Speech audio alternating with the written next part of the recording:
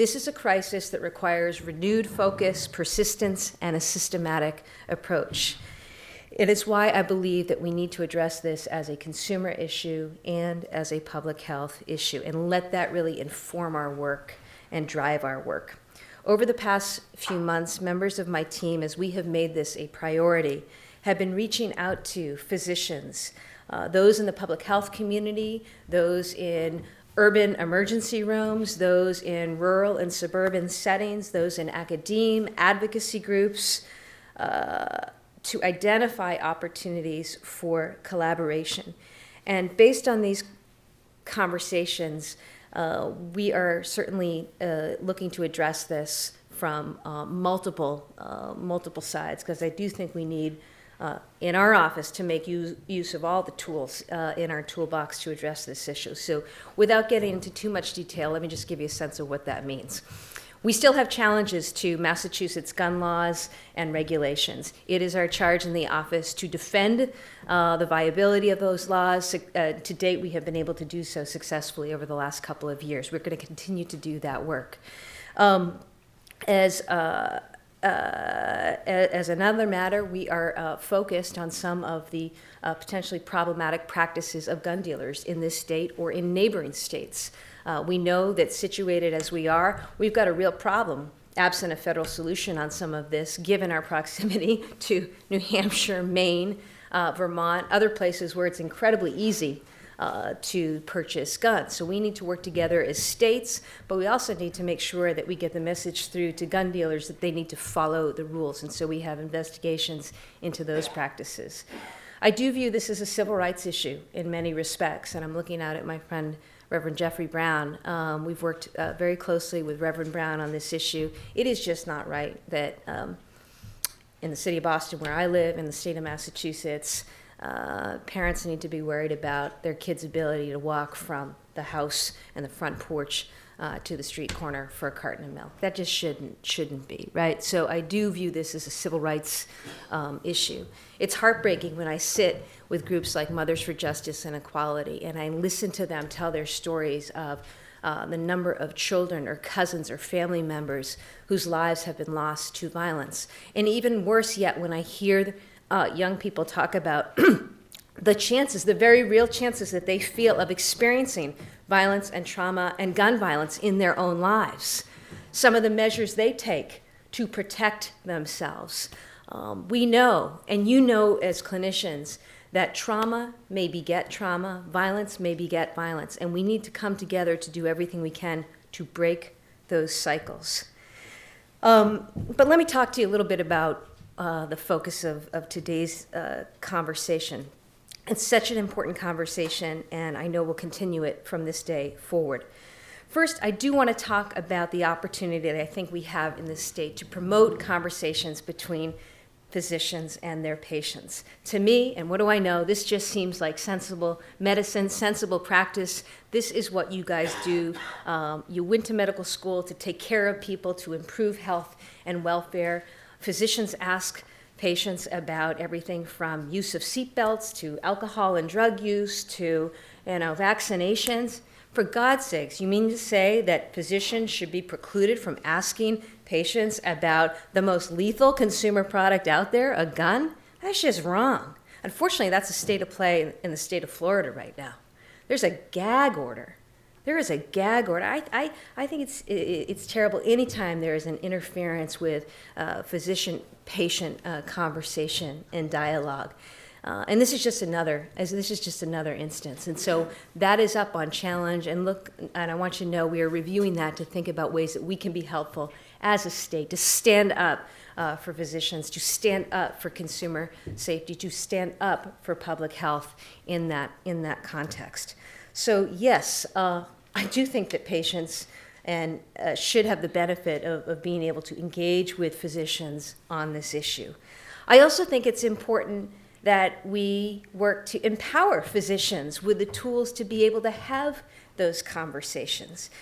Give physicians and health professionals the tools that they need to be able to ask the right questions, ask the appropriate questions, and engage in appropriate constructive dialogue. Studies have shown that providers believe that firearm screening and interventions are important.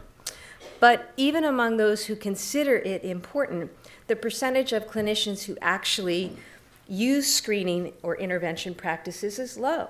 And that may be understandable. If one doesn't know how to begin that conversation or conduct that conversation, there's a lot going on in an individual visit, and physicians are under tremendous pressure and time constraints these days, I know. What do we need to do collectively to work together to empower physicians, give them the tools to engage in those practices? Right now, the climate is so hostile to some of these conversations. I just mentioned the situation down in Florida. And you know the forces aligned against this effort. You know why they want to shut down these conversations.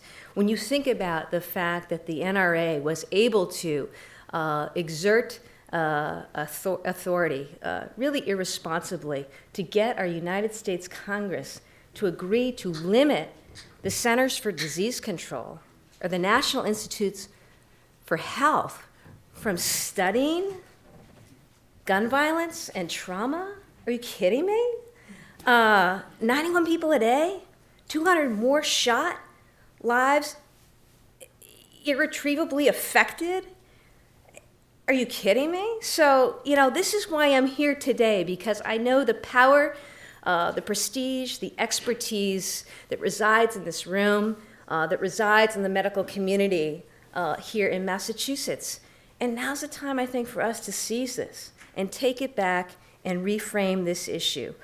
And that is why I am so hopeful that we can work together in partnership to develop guidance, help, resources, support to enable physicians and others to have those conversations, to ask the right questions. I don't pretend to know the questions that should be asked. I know from some experience working with victims of domestic violence, there are ways to open up dialogue, and there are ways to immediately shut people down and send them running. But I know that we can together figure out the best course forward to do that work. By combining and marshaling the experience of the medical community, we can begin treating this issue of gun violence as the public health crisis that it is. And of course, in doing so, we're going to save lives. We're going to have healthier outcomes for our communities and for future generations. I mentioned that I have seen and listened to and experienced discussions about cycles of violence. I spent time about a year ago with a wonderful organization, women who are training young girls, lipstick, and basically what they're doing is trying to empower young girls in their teens to no longer be straw buyers or purchasers or holders of guns for boyfriends or brothers and the like. Unfortunately, more and more girls are getting picked up with illegal guns. But the point of that is to spread awareness about the prevalence of guns and to empower them. And it's just an example to me of the work we need to do in interrupting some of the normalization of violence and cycles of violence. And this is not an urban issue alone. This is pervasive. Public probably doesn't appreciate because there's a lot of effort to cover this up. 62% of gun deaths are suicide, right? Affecting folks from all socioeconomic levels and all walks of life. You better believe it, this is a public health issue. There are some interesting models and efforts underway already, which is good news. Some of you may know Dr. Thea James, for example, at Boston Medical Center. BMC has a violence intervention advocacy program. They've had it in place for over a decade.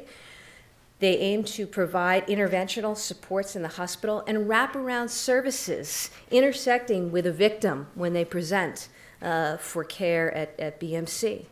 Dr. James's team has prevented retaliatory violence as well as the debilitating effects of post-traumatic stress. Many hospitals now across the state are looking at starting programs like this. And I think that's really healthy. I think that's really, really important.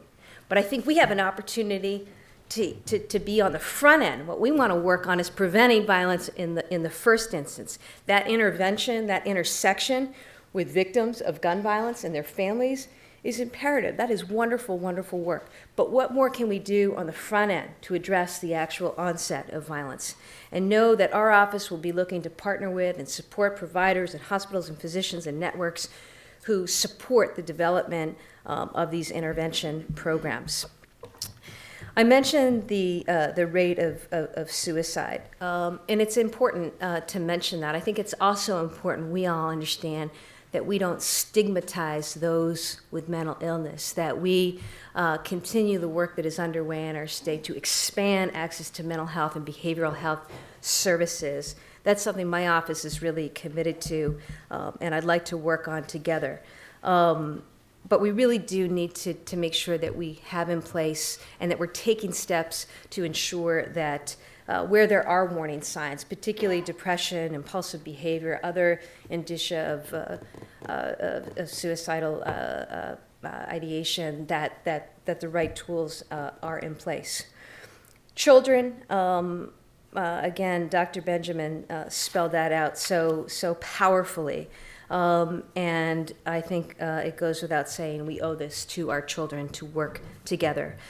Know that we also need to work collectively for advocacy on the federal level. I want us to do everything we can here within Massachusetts, but I also think it's important that we show and serve up to our federal government what we're learning and what we're seeing. And we need to push for change. We need to push for change. I support all of what you articulated when it came to the various measures around closing loopholes, better background checks, safer gun technology, and the like. But we also need to address some of the real wrongs that exist right now. I mentioned the immunity that exists for manufacturers.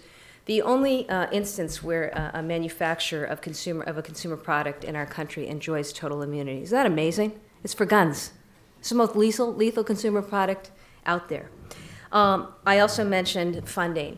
And I think that we have an opportunity to figure out ways to marshal our own research. If NIH or CDC are going to be prohibited from doing it, let's find a way to collect that here in Massachusetts.